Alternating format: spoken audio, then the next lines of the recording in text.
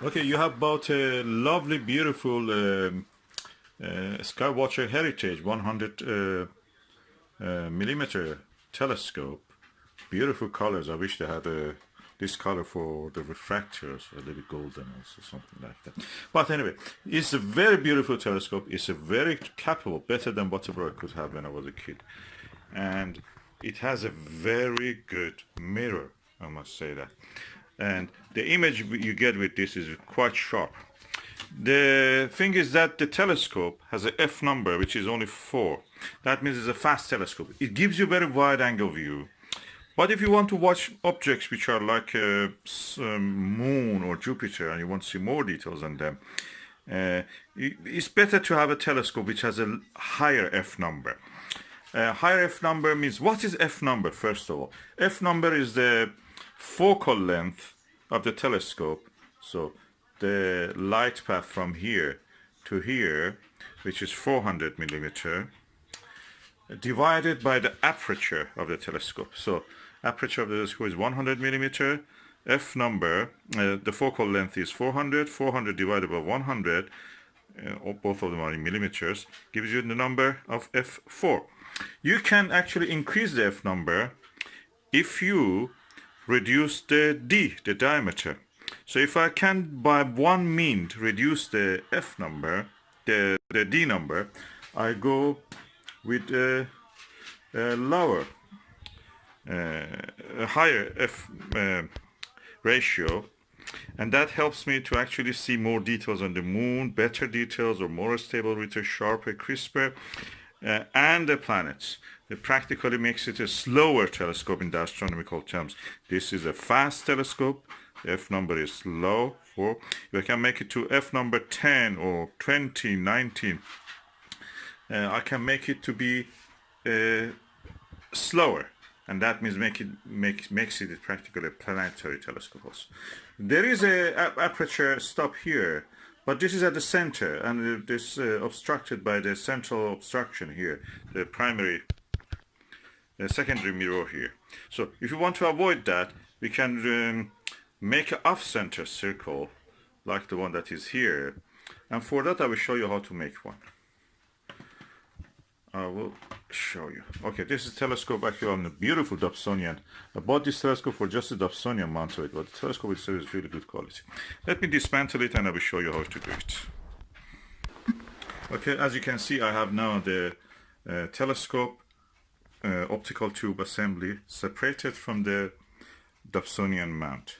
I must say I have two of this telescope because of this Dobsonian mount. I use it with my other refractors, and one of them is actually on this one. So it's a very good versatile Dobsonian mount, and it's worth every penny that you spend on this. So I'll put the Dobsonian mount. I don't need it at the moment. I just go for the reduction of the aperture to make the f number larger. So we go ahead with that. So for this purpose I need a piece of card. My card was really odd shaped. I already cut pieces of it. So I joined two pieces of it together to make it equal to the circle of this telescope. Okay, I now remove the cap of the telescope and I put this over this circle. I'll show you. Okay, I'll put it upside down on the piece of card. I give a little bit edges around it so it will not be exactly touching the edges, because I want to use these edges for making the rim around it. Okay, first I go for marking this circle. Okay, I use a pencil or a pen to mark this circle. Okay, it's better that of course your card be black or dark. In this case this is blue, so black is better even. So I have marked the circle. Now I can cut it, but before cutting I want to leave some straps. So I'll put this kind of squares about 1 centimeter. Don't need to measure it, just by hand is enough. Something like that, and I fill around it with this strap so I can later turn them, fold them, and attach the rest of the edge to it. So now I have made all these square shaped markings around the edge. Okay, now I'm going to make my off-axis aperture. For this, I will use this circle. You can use a coin or anything. This is, I think, around 35 millimeter. It should not reach the center. If it reaches the center, it will be, again, it comes in the secondary mirror blocks a part of it. So it should be smaller than 30, 35, 30. You can adjust it, of course. You can make it a little bit smaller, a little bit bigger. You can have several of these to put it on your telescope to see which one actually is better. For different brightness of the objects, for moon and for planets, you can use different aperture stops. And let me now do this. I'll put a circle around here. It should be touching the edge here, almost. And I will now put the circle there. Okay, I've now drawn my circle and I will remove it. So what I have to do now is to, with the scissor, to take this part out. And then I take all these spaces between these edges out also. I will show you the result. Cutting this with a scissor, you can make a hole in the middle or somewhere in the middle. And then from there, make your way toward this and then cut the circle. Okay, as you can see, I've not cut it and I just left the last bit to show you how it is. Now I cut that last bit also.